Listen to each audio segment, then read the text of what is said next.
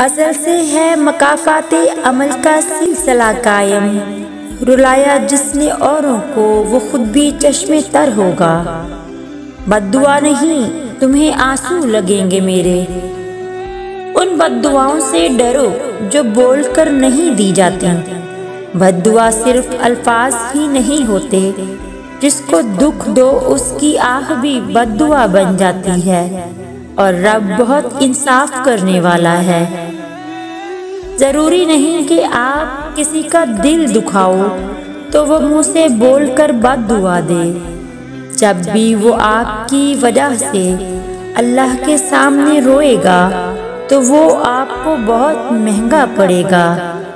किसी का दिल ना दुखाना, उसने सब्र कर लिया तो तेरे लिए मसला बन जाएगा। ये दुनिया मकाफाते अमल है। आज तुम किसी की राह में पत्थर रखोगे, आने वाला वक्त तुम्हारी राह में पहाड़ बन जाएगा। इसलिए कभी किसी के सब्र का इम्तिहान मत बनो, क्योंकि इन्नल्लाह मअस साबिरीन।